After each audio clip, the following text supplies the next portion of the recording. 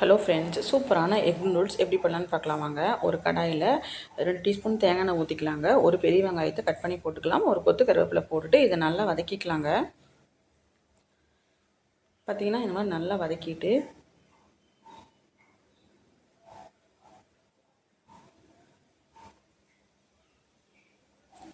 ஒரு தக்காளி பழத்தை நான் பொடிசாக கட் பண்ணி வச்சுக்கிறேங்க. இப்போ அதை போட்டுக்கலாம். கொஞ்சமாக மிளகாத்தூள் போட்டுக்கலாம். கொஞ்சமாக மல்லித்தூள், 1/4 டீஸ்பூன் கரம் மசாலா போட்டுக்கலாம். உப்பு போட்டுக்கலாங்க. இது நல்லா வதக்கிக்கலாம். தக்காளி சுருண்டு வர வரைக்கும் இதை நல்லா வதக்கிக்கலாம். 2 முட்டையை நம்ம உடச்சி ஊற்றிக்கலாம். அதில் இதை நல்லா வதக்கிக்கலாங்க.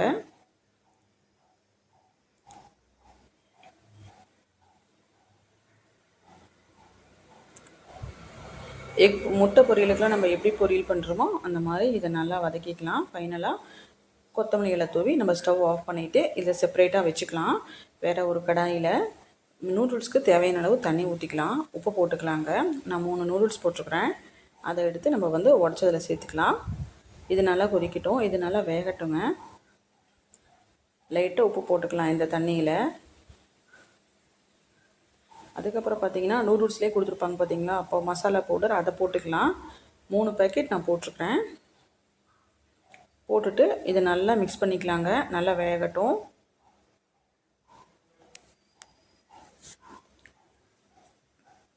இந்த மாதிரி நல்லா கலரி கொடுத்துட்டே இருக்கலாம். எல்லா பக்கமும் நல்லா மசாலா பிடிச்சி நல்லா ஈவனாக நல்லா வேகட்டுங்க. க்ளோஸ் பண்ணி வச்சிடலாம். பார்த்திங்கன்னா இப்போ நல்லா இது வெந்துருச்சு. இப்போ வதக்கி வச்சுருக்கிற முட்டை மசாலா அது எல்லாத்தையுமே நம்ம எடுத்து இதில் போட்டுக்கலாம். இதே மெத்தடில் பண்ணி பார்த்திங்கன்னா ரொம்பவே சூப்பராக இருக்குங்க. டிஃப்ரெண்ட்டான டேஸ்ட்டில் இருக்கும். நமக்கு முட்டையோட ஸ்மெல்லு கொஞ்சம் கூடி வராது. ரொம்பவே நல்லாயிருக்கும்.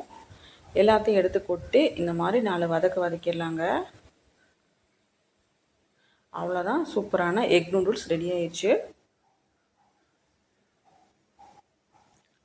வீடியோ பிடிச்சி லைக் பண்ணுங்கள், ஷேர் பண்ணுங்கள், மறக்காமல் ஃபாலோ பண்ணிவிட்டு சப்ஸ்கிரைப் பண்ணிக்கோங்க. தேங்க்ஸ் ஃபார் வாட்சிங்.